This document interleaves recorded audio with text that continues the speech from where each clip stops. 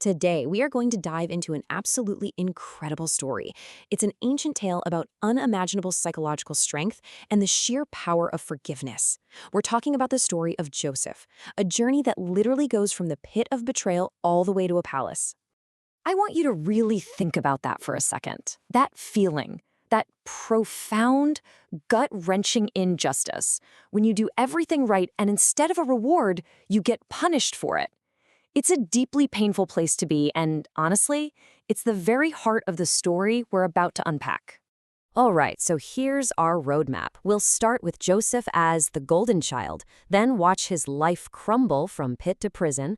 After that, we'll see him gain the power to punish, face his ultimate choice for forgiveness, and finally, figure out what this all means for us by finding good in harm.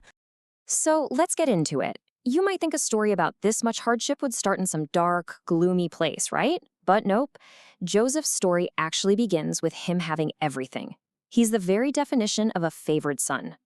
So who is this guy? Well, Joseph was the undeniable favorite of his dad, Jacob, and his father wasn't subtle about it. He gives Joseph this incredible, vibrant coat of many colors, basically a giant wearable sign that says, "I'm the favorite."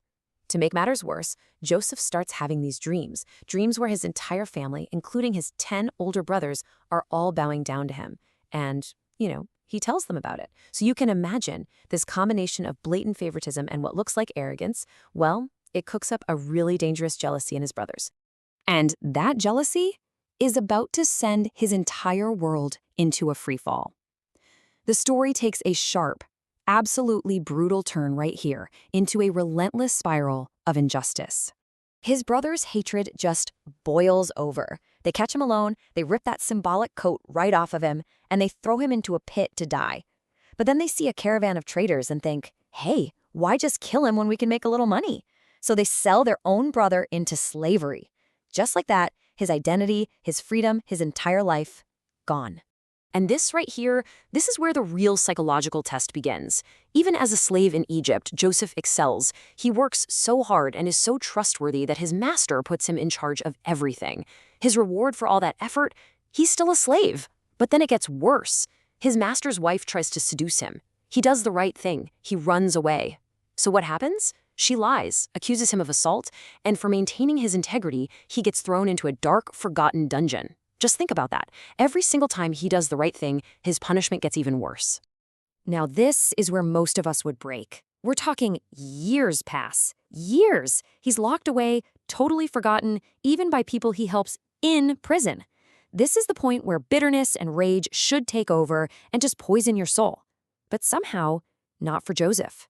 He keeps using his gifts, he keeps helping others, somehow clinging to a sense of purpose even in the absolute darkness. And clinging to that purpose is about to lead to one of the most unbelievable reversals of fortune in any story ever. We're about to go from the absolute bottom, the dungeon, all the way to the top. And get this, his life flips upside down in a single day. The pharaoh, the most powerful man in the world, has a dream that no one can figure out. Suddenly, a former cellmate remembers Joseph. So they pull this forgotten prisoner out of the dungeon, clean him up, and bring him before Pharaoh. Not only does Joseph interpret the dream, predicting a massive famine, but he lays out the entire plan to save the nation. And just like that, he goes from prisoner to prime minister of Egypt. So, years go by. The famine hits, just as he said it would. And who shows up in Egypt, desperate, begging for food? You guessed it, his brothers. They're brought before this powerful Egyptian ruler and they kneel down, totally clueless that they're bowing to the little brother they sold into slavery decades ago. The dream came true, and they are completely, utterly at his mercy. So let me ask you, what do you do in that moment? After everything they did to you, after all those years of suffering, you finally hold their lives in your hands. Do you take your revenge? I mean, who would blame you? Or do you choose something entirely? And this brings us right to the climax of the whole story. This is the moment that defines everything. It is the ultimate test of his character. So after he finally reveals who he is, he looks at his terrified brothers and he says this. Now listen to what he does here. He doesn't deny what they did, he validates it. He says, "You intended to harm me." He calls their evil what it was. But then, he completely reframes 2 decades of his own suffering. He says there was a higher purpose at work that used their evil act to end up saving countless lives.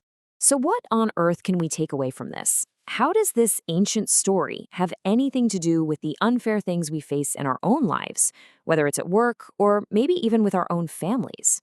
Well, Joseph shows us something we can call radical forgiveness. And this is not about saying, oh, it was okay. It absolutely was not okay. It's a conscious choice to tell a different story about your own pain. It's a psychological strategy to look for a bigger purpose, not to let the person who hurt you off the hook, but to free yourself from the prison of bitterness. When you boil it all down, this was the key. This was the source of his unbelievable resilience. Through all those years of slavery, false accusations, and prison, his ability to keep going came from this deep-seated belief that his suffering wasn't just random, meaningless cruelty. He held on to the idea that it was all part of a bigger story. And that really leaves us with a challenging, maybe even a life-changing question. When you're facing injustice, when it feels like you're being punished for doing the right thing, it's so easy to despair. But what if we could just try to look for a different angle? What strength or wisdom or hidden purpose might be waiting for you to discover inside your most unfair situation?